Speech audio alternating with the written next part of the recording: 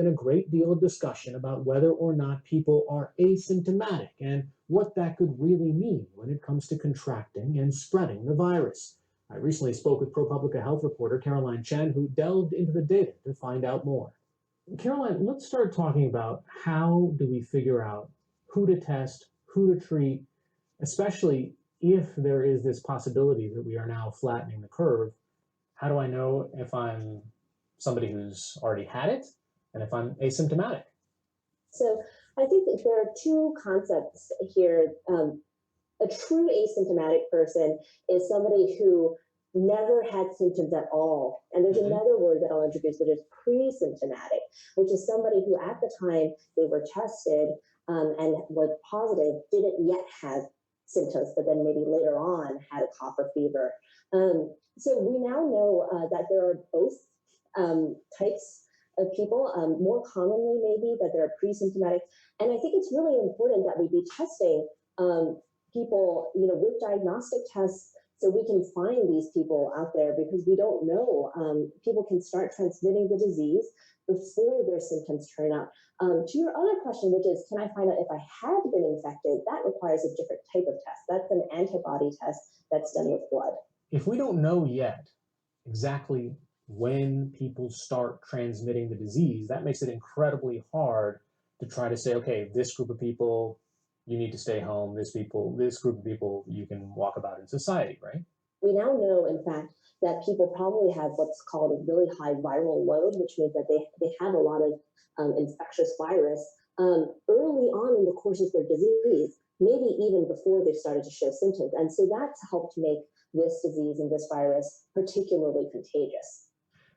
Because most of us in the beginning, when this started, we were told, if you're showing any symptoms, stay home.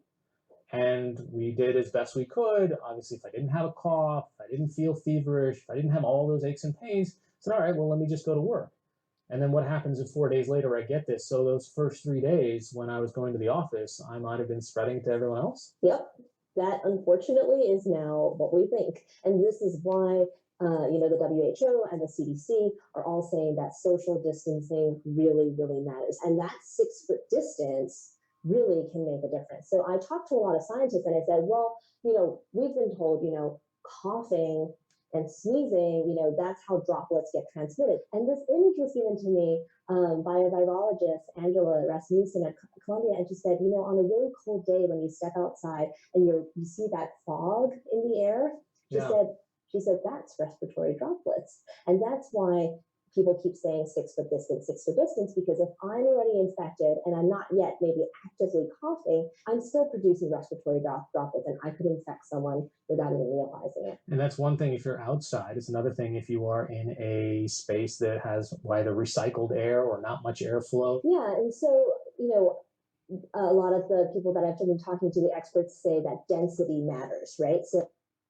packed subway car where everybody's kind of breathing on each other, it's much more likely that disease will be transmitted there than if you're in the open air. Were any of the scientists surprised by anything that they learned? I mean, of maybe how this virus is behaving differently than previous viruses that they know about? Yeah, so one of the things that I just mentioned earlier, this concept of viral load, which is when are you most infectious in the course of your disease? With this virus, you're probably the most infected right early on in the start of your disease course, maybe even before you start being symptomatic, has been a surprise. And it's also going to matter about how we and when we get back to life as normal.